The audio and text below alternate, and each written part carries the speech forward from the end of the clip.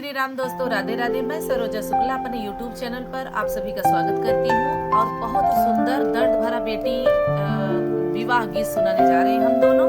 अच्छा लगे तो लाइक, सब्सक्राइब, कमेंट एक प्यारा सा जरूर करना। माई जे आपना बेटी बोलावई, अरे सुना बेटी अरज हमार रे ललनवा, अरे सुना बेटी अरज हमार रे ललनवा।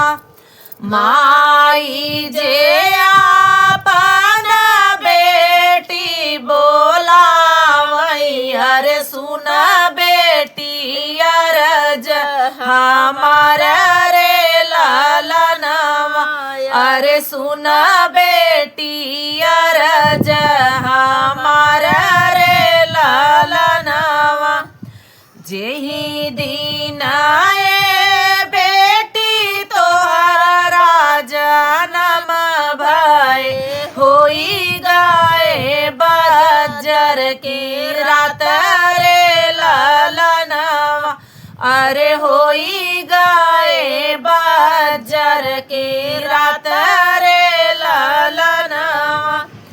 जेहि दिन आए बेटी तोहरा जनम भाई, होई गाए बजर की रात रे ललनवा, अरे होई गाए बजर की रात रे ललनवा।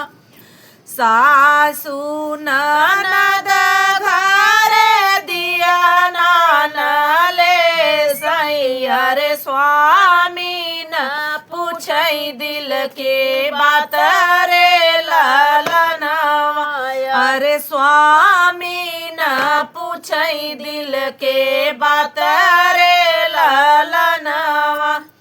सासु ननद घर दिया नान ले सई, अरे स्वामी न पूछई दिल के बात रे ललनवा, अरे स्वामी न पूछई दिल के बात रे ललनवा। जेहि दिन मोर बेटी बाबा वर खोजले, अरे पड़ी गए पैरों में छाला रे ललनवा, अरे पड़ी गए पैरों में छाला रे ललनवा। जेहि दिन मोरी बेटी बाबा वर खोजले, अरे परी गवा पैरों में छाला रे ललनवा, अरे परी गवा पैरों में छाला रे ललनवा। वर खोजी बाबा जे घर से लवटले, अरे सैया जी गए ऋषि आई रे ललनवा, अरे सैया जी गए ऋषि आई रे ललनवा।